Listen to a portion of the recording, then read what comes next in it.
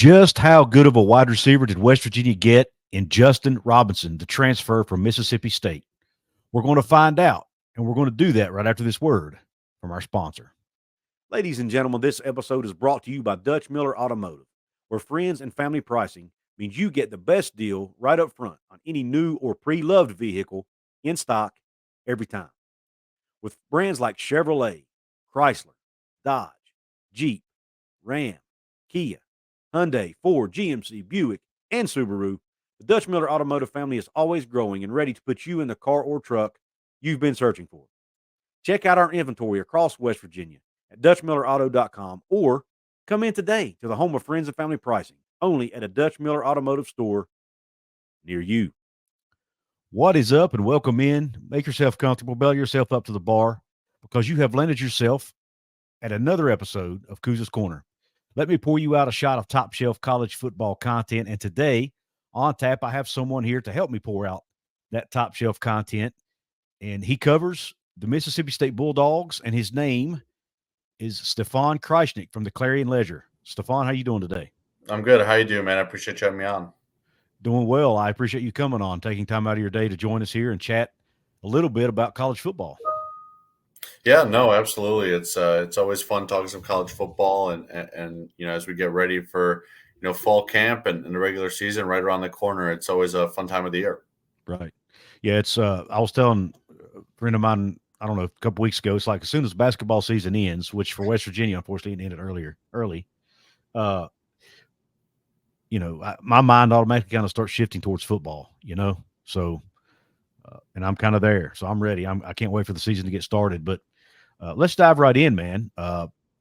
Justin Robinson, you've covered him at your time that you've been covering Mississippi State. He transferred over to West Virginia announced he was transferring to West Virginia a couple weeks ago. What kind of wide receiver are the Mountaineers getting in Justin Robinson? Yeah, they're getting a guy who has so many of the athletic traits that you look for in an outside receiver. I mean, 6'4", I'm looking at it right now, 6'4", 220 was what he was listed as at Mississippi State. The talent and potential is obviously there. That's a guy who is from Georgia, was at Georgia before he came to Mississippi State. So, that probably tells you a lot of what you need to know about, his recruiting profile. He comes to Mississippi State and, was originally supposed to be part of the Mike Leach air raid offense before Coach Leach passed away. And then this past season, he was part of a struggling offense, to say the least, and Mississippi State's one season under Zach Arnett. So he's a guy that has so many of those traits. You could see it from the moment that he arrived at Mississippi State. Some of us who got to watch him in practice, it was pretty evident from the start that he had all the athletic traits to make it work. Probably didn't pan out the way he expected. His first season was iffy, but he had a chance, kind of a breakout game in the ReliaQuest Bowl against Illinois. Did a good job for Mississippi State, was the MVP of that game. And, going into the 2023 season, he was kind of the guy, right? Like he was expected to be the number one receiver, at least there, as an outside threat, down the field, and didn't really pan out that way from him. And part of that is probably a result of the struggles of the offense as a whole. Mm-hmm. Some of it probably a result of the injuries at quarterback that Mississippi State had. So I think, he was going to come back to state, for this season under Jeff Lebby, who was hired to replace Zach Arnett in December. Actually was hired in November. It was a pretty quick move, but he was going to come work for Jeff Lebby and kind of went through his spring. And I think he elected that, entering the transfer portal and going all-swear was a better option for him. And now he lands at West Virginia. So really interested to see, how his career goes. But when you look at, the size and the strength, it's pretty clear why, a team like a Georgia or Mississippi State, in the SEC would want a guy like that. Mm-hmm. Yeah, and to me, it speaks a lot, like you said, the fact that Mike Leach wanted him in his offense shows how good of a receiver he can be or is. And also, like you mentioned, Georgia doesn't recruit duds, right? So he's obviously talented. When I was looking at his stats, it looks like he caught about 50 some balls in 2 seasons with the Bulldogs for a little less than 600 yards, about 3 touchdowns. Do you think, and those stats are not bad, but they don't blow you away either. Do you think it's just lack of, not having the right people around him, and maybe just not having the offense itself, not having enough pieces, or what? Yeah, I definitely think, his first year was a matter of, getting comfortable and getting, adjusted into that Mike Leach offense. And I think it took some time. And, he ended up having some decent numbers. I mean, all 3 of his touchdowns came that year, 30 catches that year. So you kind of could see toward the end of the season that, he was kind of finding the groove and becoming a threat. And I think that's why expectations were pretty big for him going into 2023. And it's so hard. Mississippi State had a receiver from last year in Tulu Griffin get drafted. And he went undrafted, but he signed with the Raiders. And someone from from the Vegas area had me on their radio show, and they were talking about what can you expect, and like why were his numbers not that good last year? Like, it was such a bad offense. They did such a bad job of establishing a run and forcing themselves to try to establish the run.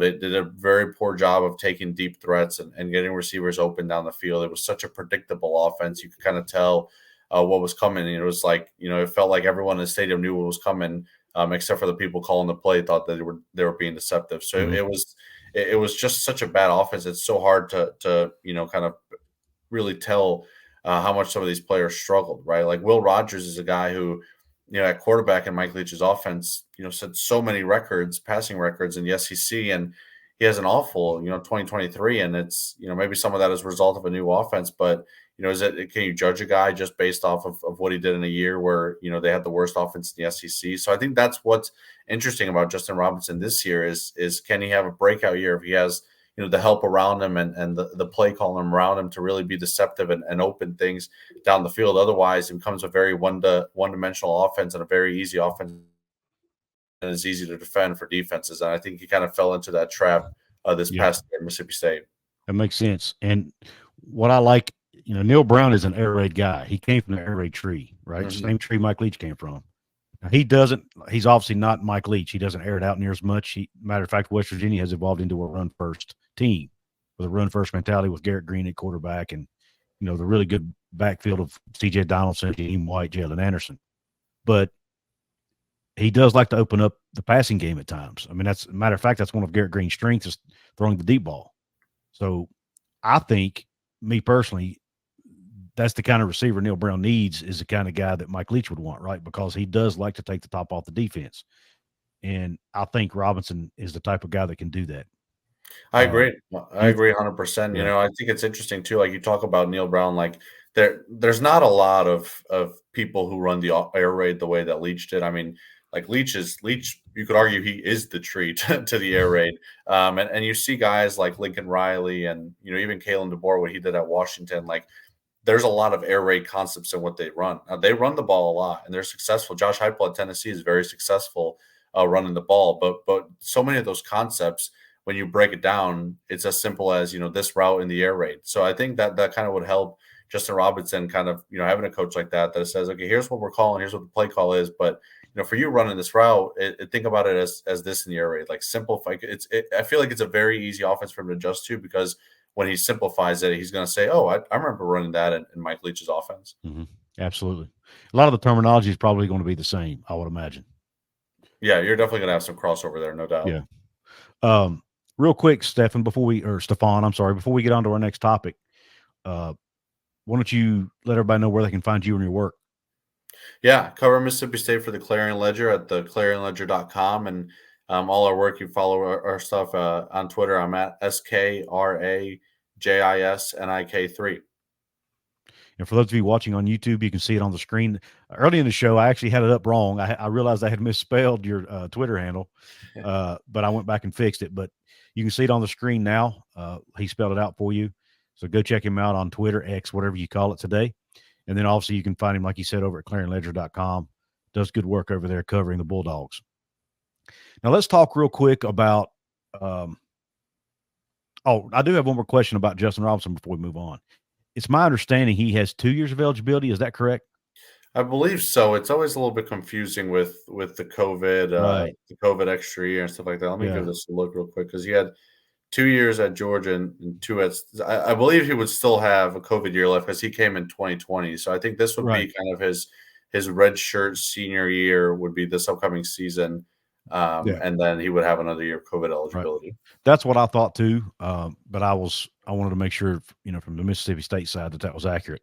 And I did look before we came on, and you're right. He did come in 2020. He redshirted that year, didn't play any, but still, I think they get, even if you didn't participate, I still think you get that year back, is my understanding. I believe that's right. It's always a bit of a head case trying to figure Yeah, that stuff out, but I think that's right. right. Um, Now let's move on to the next topic I want to discuss. You as someone who covers a team in the SEC, uh, you obviously have two new teams coming in the league this year with Texas and Oklahoma. So I'd like to get your thoughts on, will OU and Texas, in your mind, will they be able to compete for the SEC title in year one, or do you think there'll be some growing pains? Well, I think for Oklahoma, it's going to be a little bit more time. I just don't think that they're. I think they're a really good team, and they could probably compete for one of those last, college football playoff spots. I don't know if they're in a position yet to compete for an SEC title. I think they got a lot of change this year. I mean, you lose your offensive coordinator, who led one of arguably or if not the best offense in the country last year, right? Like, I don't think that's necessarily an easy transition. I think you're losing a great quarterback in Dylan Gabriel, so. Oklahoma's talented, and I think they're going to have a chance, probably within the next 3-4 years to be among the best teams in the SEC. But in terms of 2024, I think Texas is the more likely team to compete for an SEC title. I mean, you look at what they did last year, the talent that they bring back, and I think when you bring back a starting quarterback of that caliber, you're going to have a chance to compete with anyone on any stage, especially when you have proven it, right? So I Right. think with Texas, it's going to be tough with Georgia and the SEC. We'll see what Alabama looks like, but it's even without Nick Saban there, it's hard to say that Alabama's not going to be a competitive team. You look at Ole Miss this year and what they have the chance to do with what I think is a pretty favorable schedule on their part, a chance to compete for the SEC. So I think Texas is kind of right in that group of the top 3-4 teams in the SEC to compete for an SEC title. Oklahoma probably going to take a bit longer, but if you're a Texas fan, I don't think just because you're transitioning to the SEC with the talent that you have, you got to be feeling pretty confident that you have a chance to compete, if not for a conference title, then at least to be one of those 5-6 best teams in the college football playoff and maybe compete to get one of those bye weeks. Right. Yeah, I'm with you. I think, and two, if you look at Oklahoma's schedule, their schedule is brutal to be coming in the league in year one. Texas, to me, had a little bit. I don't have the schedule right in front of me, but just based it off memory, Texas had a little bit of an easier path. There's no easy path in the SEC. Don't get me wrong, but Right. it was a little bit easier than Oklahoma's, in my opinion, based on who they had to play. But I do think, like you said, with Quinn Ewers back, I tend to agree with you. I think Texas has lined up well to compete in the SEC.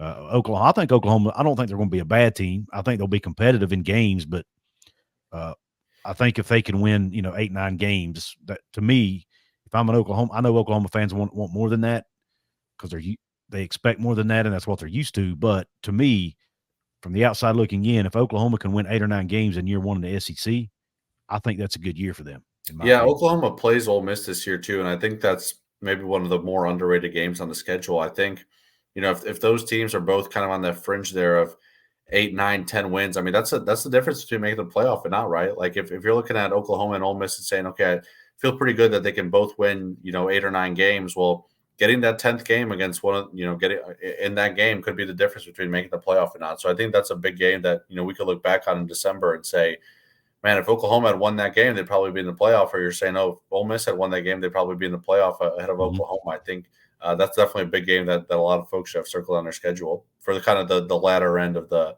college football playoff picture. Right. Agreed. Yeah, there's a lot of big games this year in the SEC. That's one, and that's just one of them. I think Oklahoma, Alabama play this year, don't they? I believe so. It's fun looking at the schedules too, because you're seeing kind of new helmets incorporated into the helmet schedule, and it's cool. Thinking about these teams facing off. Mississippi State gets to go to Texas this year, and it's not a game that you see very often, but it's a cool trip for some of these athletes to get to go play in that stadium. I think there's definitely a lot of pros and cons to expansion and the teams that are moving. And I'm sure there's a lot of folks in the Big 12 that are probably not fans of it, and maybe some people that are. And I'm sure Texas and Oklahoma fans are looking at it saying, like, it's a great opportunity to get into the SEC and compete at that level. There's pros and cons, but I think when you get down to it and these games start playing and you start seeing, Georgia and Texas or Bama and Texas and these powerhouses really start facing off against each other, it's going to be hard to, on a Saturday at 3:00 to be sitting there thinking this sucks, because I don't know if many people are going to have that cross their mind. Yeah, I've heard a lot of fans around, a lot of, especially me being a Big 12 guy, having a Big 12 show, cover Big 12 team. I communicate a lot with Big 12 people, and a lot of Big 12 and even ACC people. And heck, I've even heard people from SEC fans of SEC and Big 10 teams say this too. People who are just fans of the game, right, and of the sport. A lot of them think, well, the sport's going to die if you leave all these teams out, of the national picture and out of the P2 and all this. And I'm like, no, it's not. I mean, because if you look at the casual football fan who doesn't really have a rooting interest in anybody that wants to sit down and watch a good game, are they going to want to watch Alabama and Oklahoma? Or do they want to watch Boston College and Wake Forest or Kansas? And I'm not trying to Kansas and Kansas State, and I'm not trying to crap all over my own conference or anything like that. I'm just being real. Those are the teams they know. That's the teams they're familiar with. It's the ones that have been on TV day in, day out for years. It's the ones, whether we like it or not, the media talks about the most and gets the most attention. So to me, the casual fan is still going to want to tune into those games. And I think regardless, I don't think it's going anywhere. If anything, I think the sport's going to grow over time. Maybe I'm wrong. I could be totally wrong.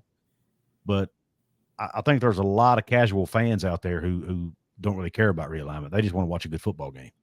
Yeah, no doubt. And I think, we've heard this so many times.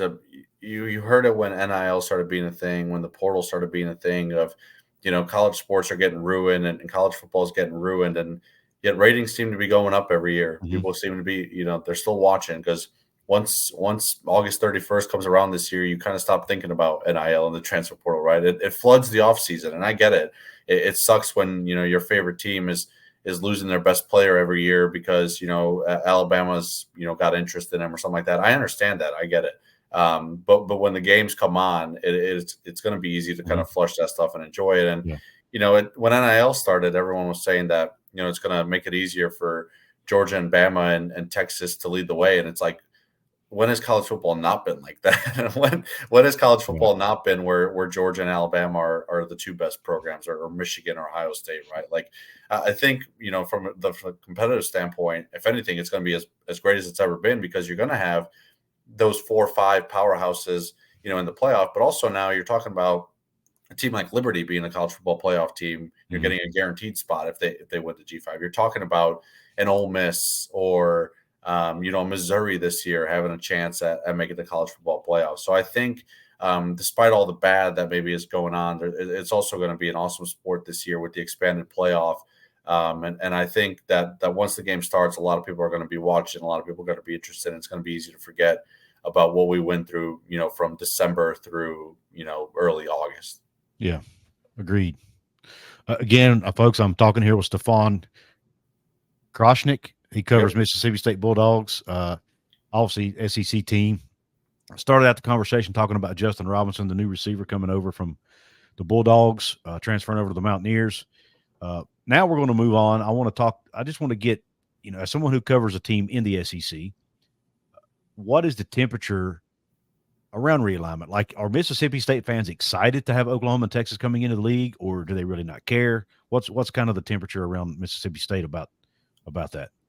I think it's going to depend on what they end up doing with the schedule, is how Mississippi State fans are going to feel, right? I think bringing in Oklahoma and Texas, like, it's not necessarily going to be more daunting for, a program that's played, when there were conference or when there were divisions. I mean, Mississippi State was playing LSU and Alabama every year, right? And Auburn in their peak years every year. Like, it's not necessarily daunting to add, some tough teams to the schedule, right? If you replace, I remember Mike Leach made a joke about it, actually, in typical Mike Leach fashion, when the news had broke that Texas and Oklahoma were going to join, a few years ago. I think it was summer of 21 where the news had broke.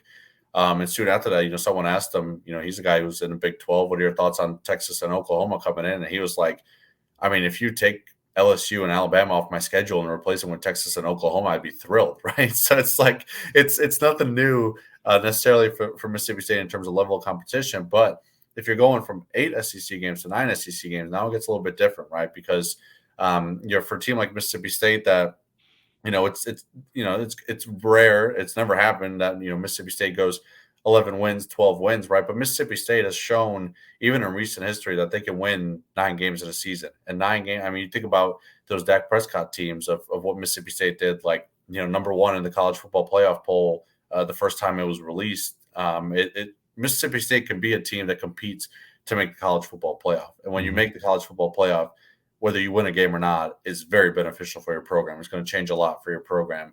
But the difference between making the playoff could be whether you're playing 8 SEC games or 9 SEC games, right? And who are, the permanent opponents on Mississippi State's schedule? Who are they going to get matched up with? Who are you playing every year? Is it going to change the way you schedule non-conference games? I mean, if you're Mississippi State and you're playing 9 SEC games, you're not going to schedule to play like this year. They're playing at Arizona State. You're not going to risk doing that if you got 9 games on the SEC schedule. So that's I think that where the biggest part is for Mississippi State fans to really decide how they feel on this whole thing is how many SEC games are you going to have to play, because that can determine a lot of how far you can go kind of in that playoff conversation. Yeah, well said. And that actually perfect segue into the other question or the next question I have planned for you is that will the SEC go to that 9? Are your expectations that they will eventually go to a 9-game schedule? And if so, how soon will that happen in your opinion? Yeah, I'd be surprised if it didn't happen at some point in the near future. I mean, it doesn't sound like it's happening this year or next. So I'd maybe say, 2026, 2027, somewhere around there is when you'll see it happen. I just think when Texas and Oklahoma join, and we'll see where, who knows, maybe in a few years you'll have Michigan and Ohio State in the SEC or something like that. I wouldn't put anything past it at this point. In today's who knows anymore, right? Exactly. If I had told you 3 years ago that Texas and Oklahoma were going to join, you'd probably say I'm crazy. So I don't think anything's really out of the realm to say right now. I just think that you're going to see there's going to be games like Texas A&M and Notre Dame this year that are going to be really successful and they'll drive ratings. And I think last year we had Texas A&M play Miami, and those games will get ratings. And I still don't think those games are going to get you the ratings of a Texas A&M playing at Texas or an Oklahoma playing at Georgia. Just SEC with an SEC, just because of how strong the conference is going to drive viewership more than anything. And I think the SEC is going to see that and say, hey, instead of having Mississippi State playing Arizona at 9 p.m., on whatever, FS1 or whatever channel it might be. I think it's ESPN this year. But instead of having those teams play each other at 9 p.m. and hoping to get decent ratings, why don't we add another SEC game and Mississippi State can play a Florida or Missouri and the ratings will still be pretty decent because it's the SEC, right? Or you can move it to SEC Network and your own channel is doing successful.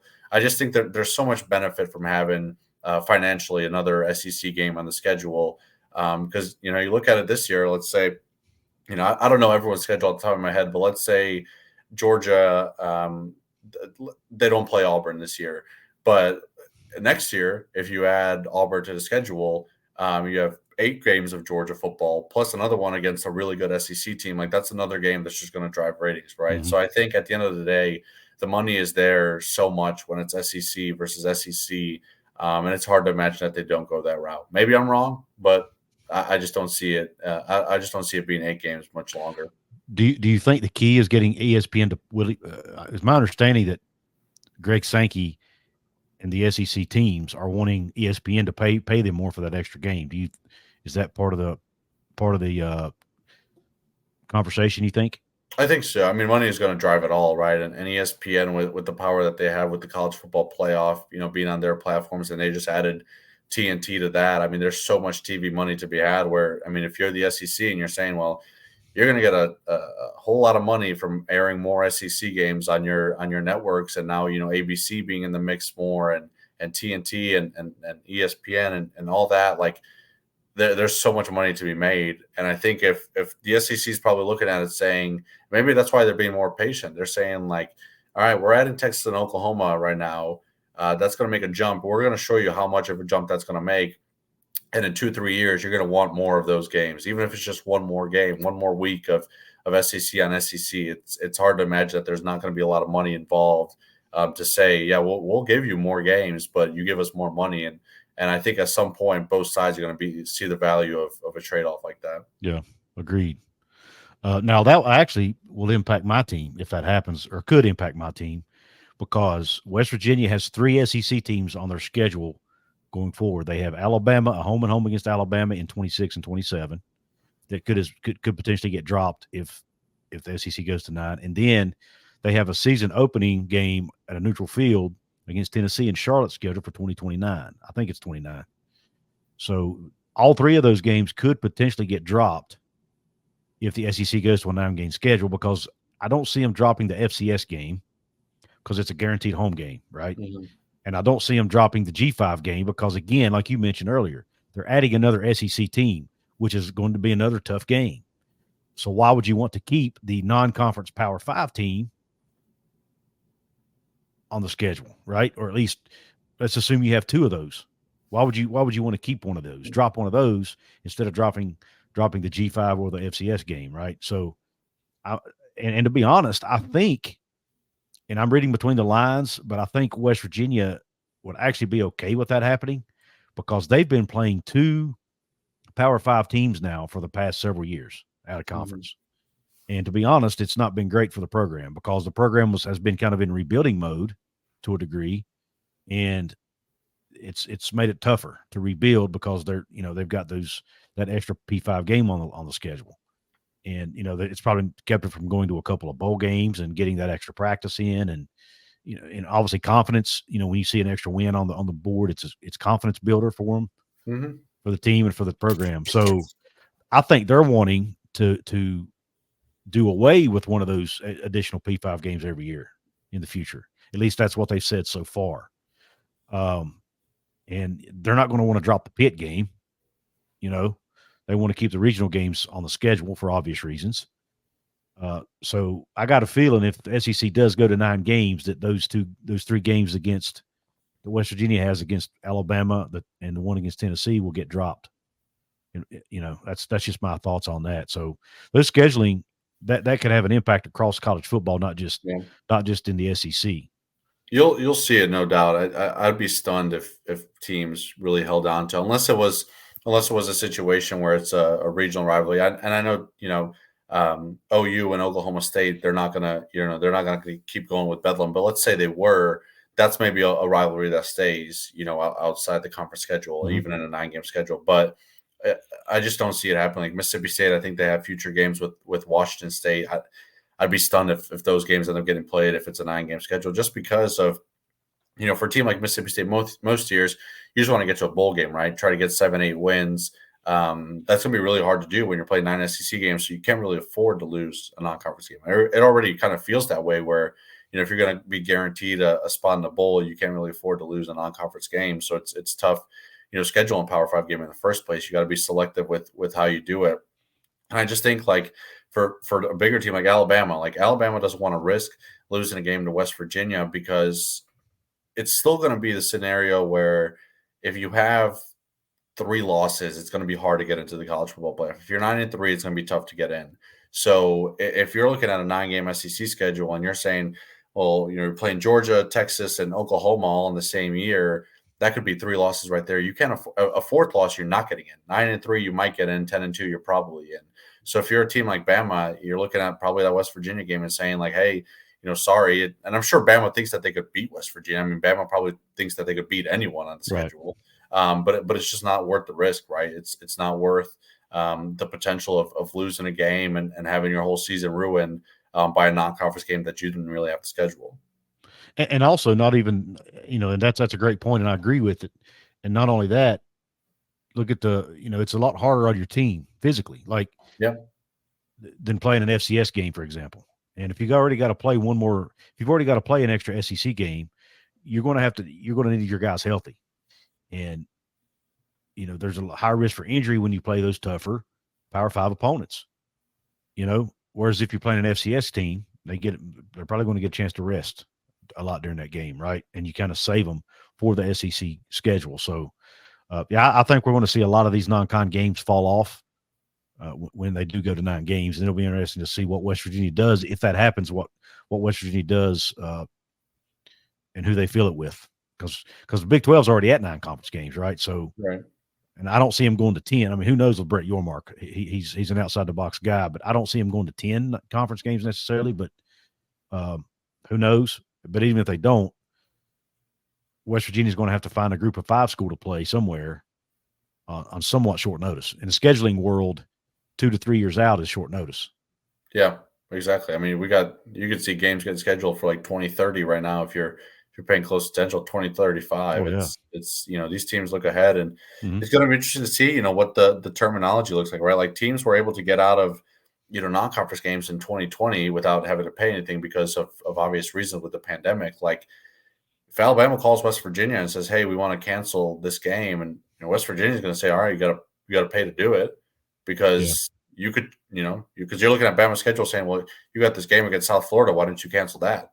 And we know why they would rather cancel one game than the other is because West Virginia is a better team than maybe the other team that they don't want to cancel against. So there's going to be a lot of conversations, a lot of contract talks, a lot of teams probably having to get paid to get some of these games canceled. Like you said, it may look like an SEC conversation, but I think around the country you're going to see the impact in scheduling from what the SEC decides to do. Yep, I agree. One last question before I let you go.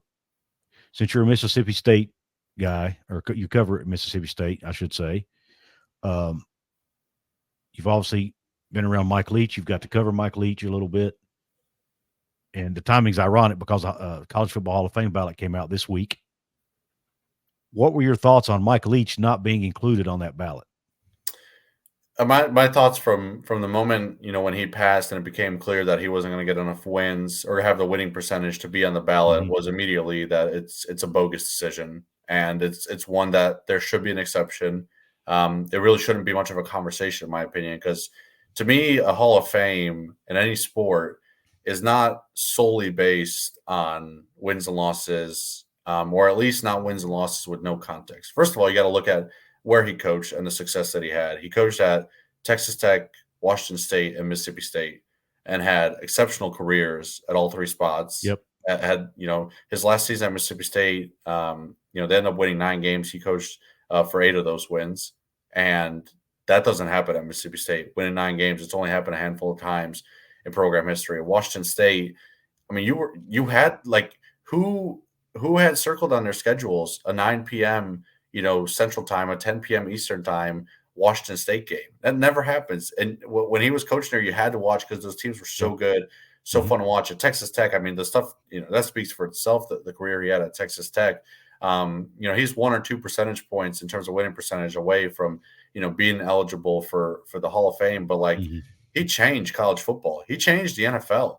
I mean, when he passed, you had guys like Bill Belichick talking about the schemes that they run, the schemes that Tom Brady's Patriots ran based on Mike Leach's air raid offense, right? Like the guy changed football as a whole because he thought in a way that nobody else really thought, besides maybe those closest to him who helped him, get the air raid to where it is. I mean, it's not a debate. You can't talk about college football. You can't talk about college football today. You can't break down Tennessee's successful season, with Hooker and Heupel without talking about, Heupel learning from the Mike Leach offense. You can't talk about Lincoln Riley and Caleb Williams at USC winning a Heisman without talking about, Mike Leach and air raid offense. I don't know. I understand that there needs to be some criteria for people to make it in because every school is going to want, their favorite coach or their favorite player getting in. But I think there really is no debate about whether Mike Leach is one of the most influential people in college football history. And that's a guy who deserves to be in the Hall of Fame, in my opinion. I totally agree. And I actually had the privilege of voting in that, and obviously knew his name wasn't going to be on there, but, not seeing it was kind of a bummer. So, yeah, I agree. I totally agree with you. Mike Leach is one of my favorite all-time coaches in any sport. You mentioned the 3 schools he coached at. It's not easy to win at any of those places. Mm-hmm. It's not easy to recruit to any of those places. You could argue maybe Texas Tech because it's in Texas, but my gosh, he's competing against, Texas, Baylor, Texas Tech. I'm sorry, TCU, Oklahoma State. I mean, not to mention SMU. I mean, look at all the schools they're competing with for recruits. So yeah, not easy places to win and recruit at, and he did it at all 3. It's and like you said, just even Neil Brown at West Virginia, Mike came from the Mike Leach tree. I mean, right. It's hard to find a team in college football, maybe even in the NFL, that doesn't have some kind of attachment or tie to the Mike Leach air raid offense. Yeah. I mean, Graham Harrell was on the ballot this year, and it almost feels ironic, right? You have him on the ballot, and I'm sure he would probably be the first person to go up there and vouch for Mike Leach if he had to. Yep, agreed. Totally agree. Yeah, great, ironic timing that you were on the show today because And when his name came up earlier in the conversation, I thought I've got to ask him about this because it's kind of a hot topic of conversation around the country, at least on social media. One more time, Stefan, before we get out of here, let the fine folks know where they can find you and your work and find you on social media as well. Yeah, on Twitter and X, it's at SKRAJISNIK3. And all our work is at theclarionledger.com. We cover Mississippi State, Southern Miss, Ole Miss, everything throughout the state of Mississippi. So you can catch all our coverage there. And I really appreciate you having me on, man. It was great having all these discussions. Absolutely, Stefan. It's been really fun, man. I look forward to seeing the new SEC this year, seeing how Mississippi State does with their new head coach. It'll be interesting to see how he does as a head coach now in his first time. Jeff Levy, we're talking about, obviously, in his first role as a head football coach. So yeah, it's going to be a fun year this year, I believe. Big 12 is going to be a fun conference to watch. Should be a lot of parity there. Yep. So 2024 college football season can't get here soon enough, in my opinion. Agree. Well, thanks for having me on, man. Yep, absolutely, Stefan. You have a great day, and thanks again for coming on.